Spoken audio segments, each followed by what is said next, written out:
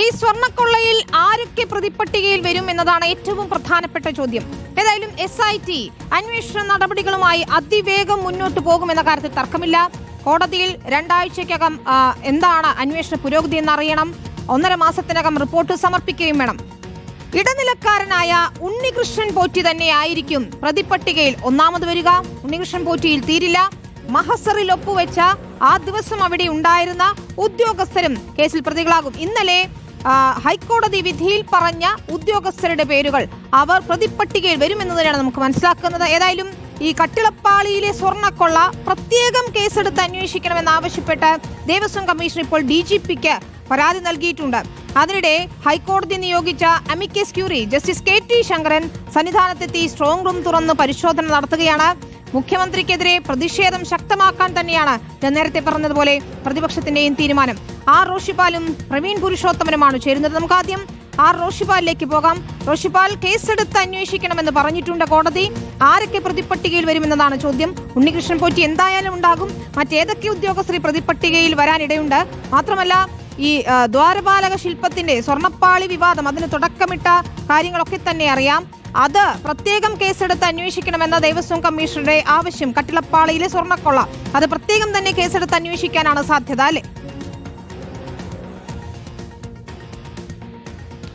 വിനീത, രണ്ടും പ്രത്യേകമായി അന്വേഷിക്കാനുള്ള സാധ്യതയാണ് കാണുന്നത്. കാരണം ഈ ദ്വാരപാലക വിഗ്രഹത്തിലെ സ്വർണ്ണ തകിട് അത് മോഷ്ടിക്കപ്പെട്ടതും ഒപ്പം ഈ കട്ടിളപ്പാളിയിലെ സ്വർണ്ണത്തകിട് മോഷ്ടിക്കപ്പെട്ടതും 2 കാലയളവിലാണ്. അതുകൊണ്ട് തന്നെയാണ് രണ്ടും പ്രത്യേകം അന്വേഷിക്കണമെന്ന ആവശ്യം ദേവസ്വം ബോർഡ് ഉയർത്തിയിരിക്കുന്നത്. അങ്ങനെ തന്നെയായിരിക്കും FIR വരാനും സാധ്യത. ഏതായാലും നിലവിൽ ദേവസ്വം വിജിലൻസ് നടത്തിയ അന്വേഷണ റിപ്പോർട്ട്, ആ അന്വേഷണ റിപ്പോർട്ട് പോലീസിന്റെ പ്രത്യേക സംഘം പരിശോധിക്കുകയാണ്. അതിൽ ഏതൊക്കെ സെക്ഷനുകൾ ഉൾപ്പെടുത്താൻ കഴിയും എന്നത് ഉറപ്പിച്ചു കഴിഞ്ഞാൽ തൊട്ടു പിന്നാലെ തന്നെ FIR രജിസ്റ്റർ ചെയ്യും. ക്രൈംബ്രാഞ്ച് ആസ്ഥാനത്താണ് FIR രജിസ്റ്റർ ചെയ്യുക. തൊട്ടു പിന്നാലെ പ്രത്യേക അന്വേഷണ സംഘം അന്വേഷണം തുടങ്ങുകയും ചെയ്യും. ADGP H വെങ്കടേഷിന്റെ മേൽനോട്ടത്തിലാണ് അന്വേഷണം പുരോഗമിക്കുക. കൃത്യമായി ഹൈക്കോടതിയിൽ അന്വേഷണ പുരോഗതി ധരിപ്പിക്കണം. 6 ആഴ്ച മാത്രമാണ് സമയം അനുവദിച്ചത്. 6 ആഴ്ചക്കകം അന്വേഷണം പൂർത്തിയാക്കി അന്തിമ റിപ്പോർട്ട് സമർപ്പിക്കണം. ഇതിൽ ആരൊക്കെ പ്രതിപ്പട്ടികയിൽ വരുമെന്നതാണ് കാത്തിരിക്കുന്നത്. നിലവിൽ 9 ഉദ്യോഗസ്ഥന്മാർ, ഈ 9 ഉദ്യോഗസ്ഥന്മാരും മഹസറിൽ ഒപ്പുവെച്ചതാണ്. സ്വർണ്ണ തകിട് ഈ ഉണ്ണികൃഷ്ണൻ പോറ്റി കൈമാറിയിട്ട് അത് ചെമ്പു തകിടാണെന്ന് മഹസറിൽ എഴുതി ചേർത്ത് അതിൽ ഒപ്പുവെച്ച 9 ഉദ്യോഗസ്ഥന്മാരാണ്. അത് 9 ഉദ്യോഗസ്ഥന്മാർക്കൊപ്പം ഇടനിലക്കാരനായ ഉണ്ണികൃഷ്ണൻ പോറ്റി, ഇങ്ങനെയുള്ളവരാണ് പ്രതി. ഇനി ദേവസ്വം ബോർഡിന്റെ അധ്യക്ഷനും ദേവസ്വം ബോർഡ് ഭരണസമിതി അംഗവും ഇതിൽ പ്രതിപ്പട്ടികയിൽ വരുമോ എന്നതാണ് ഏറ്റവും പ്രധാനപ്പെട്ട മറ്റൊരു ചോദ്യം. ഇതിനൊക്കെ ഉത്തരം ലഭിക്കാൻ അല്പസമയം കാത്തിരുന്നാൽ മതി. ഏറെ വൈകാതെ തന്നെ FIR രജിസ്റ്റർ ചെയ്യുമെന്ന് തന്നെയാണ് കണക്ക് കൂട്ടുന്നത്.